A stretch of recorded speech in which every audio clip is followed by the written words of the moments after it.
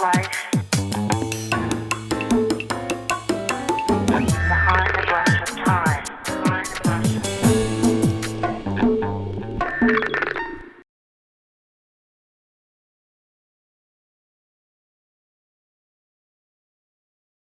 All cable is narrowcasting. For the definition, broadcast, it's broadcasting.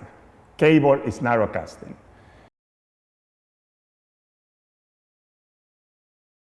And the idea of the Cabaret Voltaire was to provide entertainment for artists.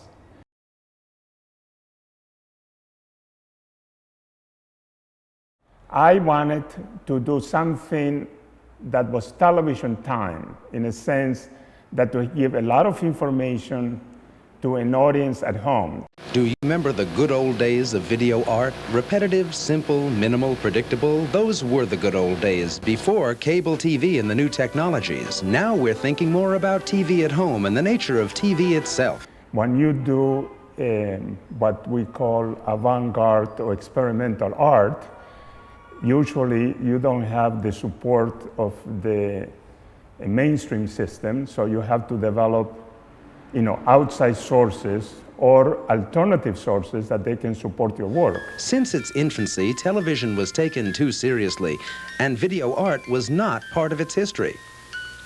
Don't you think it's time we combined the two?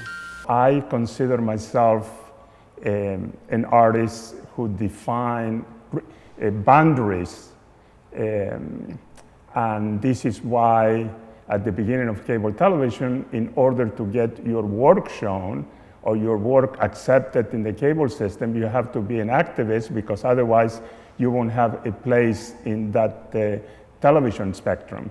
At the same time, you have to be like some type of organizer to collect funds, so you're able to produce these programs on a regular basis. When we started this work, among many other artists, the source of funding was very, very limited. Don't forget that in the late 60s, early 70s, for the majority of the people working in video or television was not considered an art. Was considered something on the fringes, and there was not much support in the museums or foundations. Aren't you ready to watch television from a different perspective? Well, when you're ready, turn off professional TV and turn on the live show. A variety television program, the live show is cablecast weekly over Manhattan Cable TV. It features Dr. Davidovich, a specialist in curing TV addiction. I watch too much TV. What can I do? Put more art on TV! I am on TV now! Another character on the show, TV, the poor soul of television, reminds us weekly of the TV set's unique position in the home. The video shop makes available to viewers TV-related objects. The first item is an original Winky Dink set. This Winky Dink set is going to be available to you for only $9.95. Several of them created by Dr. Davidovich himself, like a TV cookie jar and a postcard collection. In the early 70s, Manhattan was cable, part of Manhattan, from 14th Street to, I think, Columbia University, if I remember correctly. From 14th Street to 57th Street was covered by a franchise that was called Manhattan Cable Television. And from 57th Street to, I think, 130th Street was a teleprompter.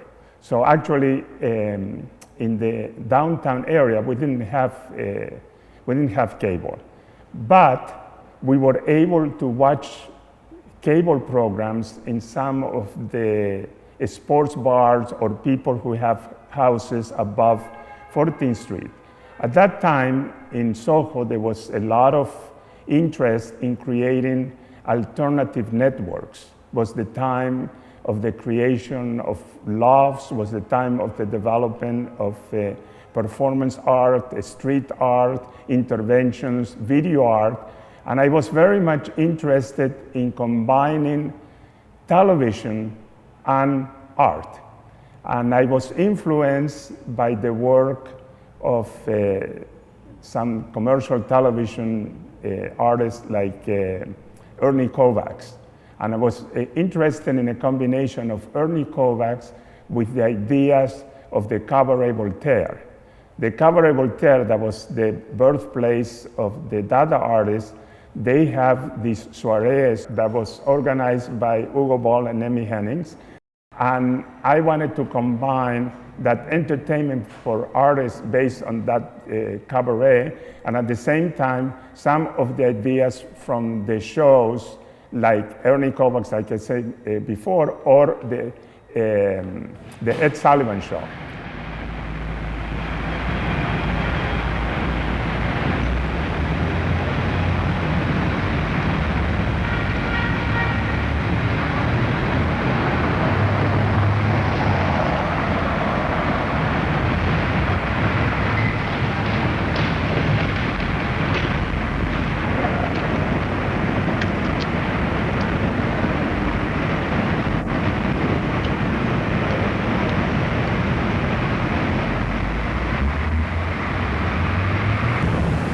The live show features new examples of video art.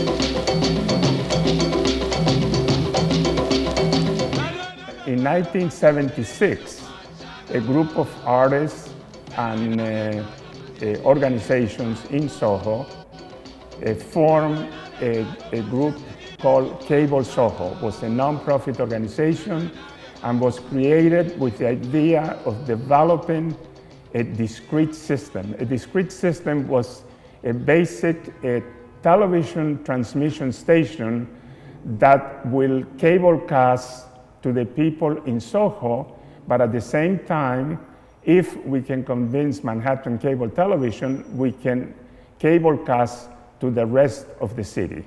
Now, this discrete system, we were not able to get the funding to buy the hardware, so we were faced with a dilemma either to continue as an organization and trying to raise the funds, which was extremely difficult, or use the channels available in Manhattan Cable Television. Because of the franchise, and this is the work that a lot of activists, and that's the part that we became activists, we were able to get these public access channels. And we should mention the work of Didi Halleck, the work of George Stoney, that they were pioneers in developing cable access in New York City. And what it is to have 2 channels at that time that will provide airtime in a channel, I think it was channel 15 and channel 16, on a first come, first served basis. So anybody in the community could go there with a videotape and they will have a guarantee that they will show that program. So that gave us a great opportunity to take existing works of video art and put it right on public access. So we work up a deal with Manhattan Cable Television, and they provide us a slot of time that was once a week at 11 o'clock that we will be able to show programs that they were completely different than what they have in the regular cable television fare. And we started the programming in 1977, and the name of the series was called SOHO Television Presents. And we show on a weekly basis half an hour of experimental art. And we have, artists coming from John Cage, Laurie Anderson, Julia Hayward, et cetera, all the artists doing experimental work in SOHO at that time. In 1978, we started an additional program that instead of being live tape, pre-recorded tape, was live from the studio that was located in a building next to Manhattan Cable Television. From that studio, we started this variety show that was called The Live Show, that was broadcast live every Monday at 11 o'clock. And I created a persona that was my alter ego, and the name was Dr. Davidovich, that was the host of the show. And like in any variety show, we have invited guests that they will do performances, video art, and sometimes we will have interviews and open the telephone lines so the audience can actually talk with the individual artists. It was very important to stress the fact that this was one of the first times that people at home were able to watch this kind of work. And we started cable casting in December 1978, and we continue until 1984. Sometimes it questions art. Do you think people will watch this program? I don't know. I don't know what you're doing. Well, we're doing art. The live show also features guests from the avant-garde, performance, video, music, comedy, as well as an artist who created his own country. This started when I was young. I didn't like the world around myself, so I just decided to make my own state. When the franchise Manhattan Cable Television was awarded, I think 71, 72. At the beginning was the cable company didn't want to provide these access channels, but because of the political pressure to the city by community groups, the cable company finally agreed to have these two public access channels. So the public access channel started cable casting around 1971, 1972. But they were just very little activity. They didn't have a program dedicated to avant-garde art on a weekly basis. That's the basic difference. They would have programs done by individual artists, but not on a weekly basis. The first artist to show on public access on a weekly basis his name was Paul Schinkel. He did a cable show and I think it was called Inner Tube. And the other artist who showed regularly on Access was Juan Downey. The show was called Video Transamerica. The following is a message with a gift idea for the person who has everything. I'm helping thousands of people how to deal with television addiction. I'm a specialist in television therapy, TT. Now I can offer you a unique gift idea that combines your favorite pastime with some useful items. Dr. Davidovich's own video kitsch collection includes Winkading set, Savings bank, TV tray, sunglasses, John Nagy set, TV, the poor soul of television, and a collection of postcards. The video kitsch is only available from the live show. At $49.95. Send your check or money order to Dr. Davidovich, Video Kitsch, 152 Worcester Street, New York, New York, 10012. for only $49.95. Send your order now. I think with YouTube is basically, in my opinion, is public access on steroids. You have all kinds of work, all kinds of information, and if you spend time in YouTube, you can find incredible work. You can find all the films of Duchamp or Man Ray. You can find all the works of Nam June Paik, excerpts, interviews. You find all kinds of things. What happened with YouTube is not organized. It's not in one place. You have to really dig into YouTube or search for individual artists. What I foresee, and this is one of the things that I'm so excited about what you and Jessica are doing, is be able to put all this work in some kind of coordinated format. So people, they don't have to go to YouTube and spend so much time searching for different artists. Here they will have a program that will have at any given time the work of performance, video, experimental art.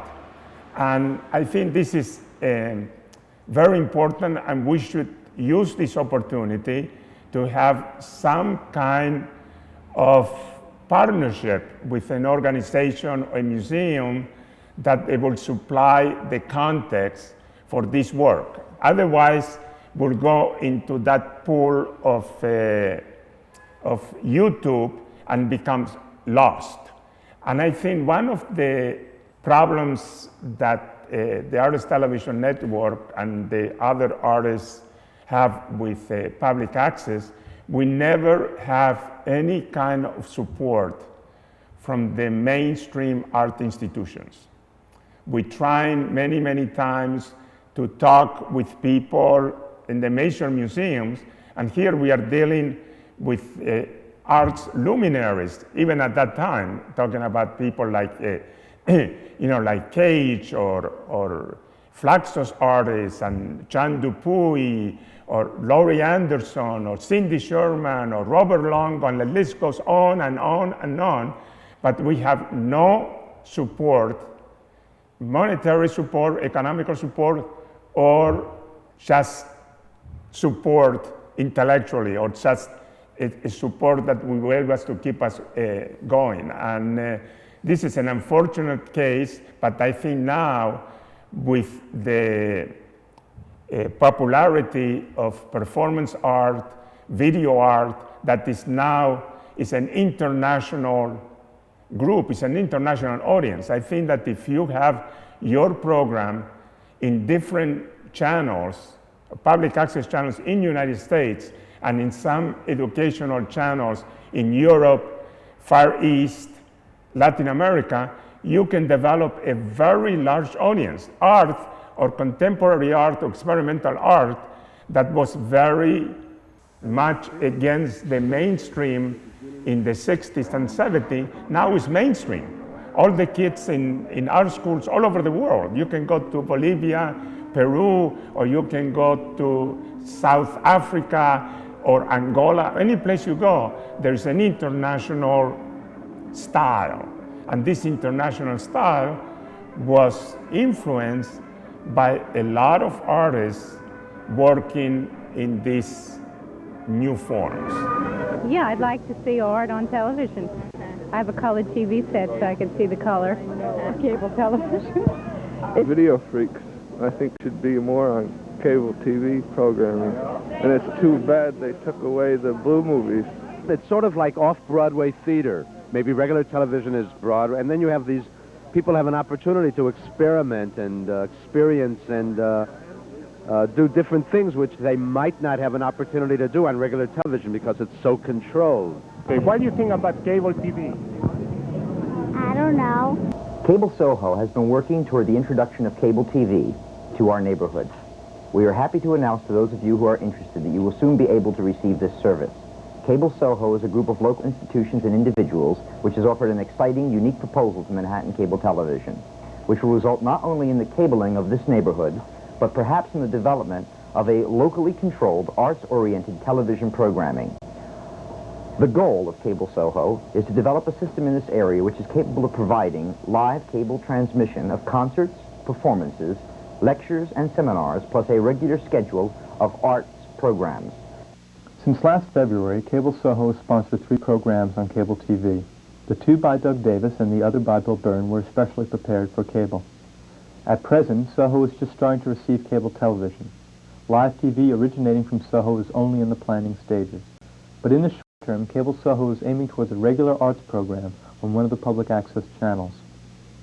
Cable SOHO represents many individuals and organizations. The live show was very structured. You will have a monologue done by Dr. Davidovich dealing with current events. That could be like the Whitney Biannual or the incorporation of CBS into the cable landscape. Then will come a video art piece that either I will do it or I will have the guests doing the thing live. After that, we will have a commercial intermission. SOHO Television presents a series of all-new programs featuring today's artists and tomorrow's art form. The United States consigned. Frankie's gonna kill us, kid. With dynamic interviews, theater, dance, fashion, and fiction. Television has never looked this way before. SOHO Television, Mondays at 10 on Channel 10. Wake up, America! And then will be another live part that we will have an interview, and then we will open the telephone lines and people can call in. So that will be, it's a 28-minute show. It's a 5-space show, and make it, I will not say accessible. I will say show the work in its original format, but put it a context, and put it a context that is part of the show and was not like a lot of public access shows that they were basically, self-indulgent talk shows.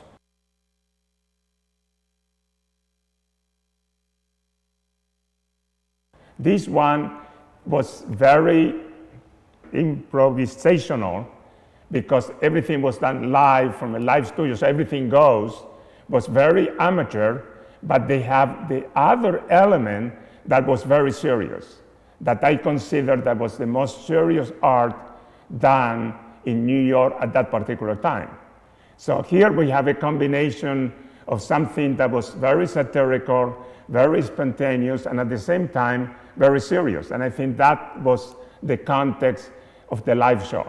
The live show was not like Mr. Brainwash. For the people who saw Exit Through the Gift Shop will know that this guy, Mr. Brainshaw, was basically a Philistine, that they were trying to make a satire of the art world. The live show was very, very serious, and the work that we show was work that follows that guideline. Yes, I want to be on TV, and I think more art should be on TV. I am Dr. Davidovich, and I can give you one of these. So, amigos, vamos ahora a comenzar el live show, y por favor, levanten el telón. Live here from ETC Studios, and we have in the video shop. In the video shop, we are going to introduce a very special item today. For the first time on cable television and in broadcast television, we are going to offer a television bed tray. And you can see it here, the television bed tray. So when you watch television, you can relax, lie down, put the bed tray right in your bed, and put all your munchies and all your snacks, and you can watch television very comfortably. So you can order this bed tray for only $4. I was doing painting in the mid-60s, but I was doing painting without the stretchers. I will go and intervene a wall, and sometimes I will hang pieces of canvas on the wall as part of the composition. As the year passed by, in 1967, instead of just putting the painting on the wall, I will use adhesive tape to hold the painting, and then use the adhesive tape to become the composition of the work. And from 1969 on, I eliminated the canvas, but I left the tape, and I started using all kinds of tapes, going from Scotch tape to masking tape and vinyl tape, canvas tape, etc. In 1970, I became aware of videotape. And that interests me a lot because videotape, I can see the extension of my work with adhesive tape, but adding the movement and the time. And I started working in projects that will involve the adhesive tape and the videotape in 1970, and developed a project that is called Art on Tape and Tapes as Art.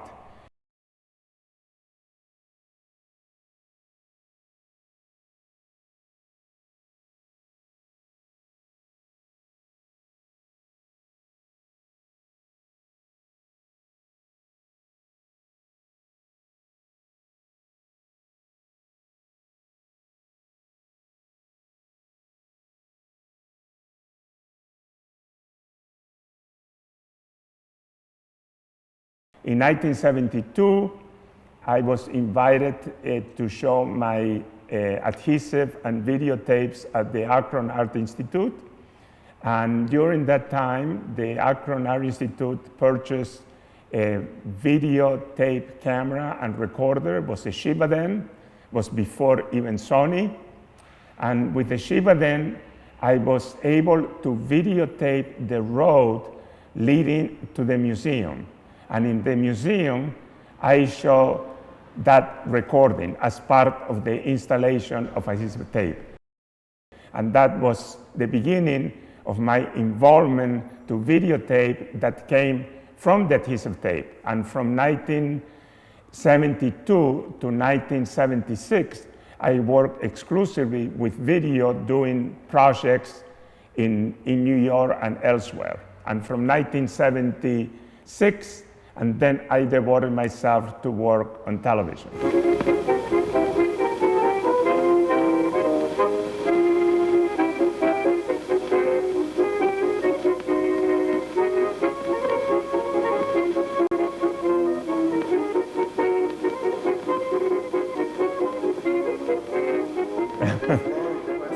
Yes, that will be for another program. And like Dr. Davidovich would say, video, and we'll see you next time.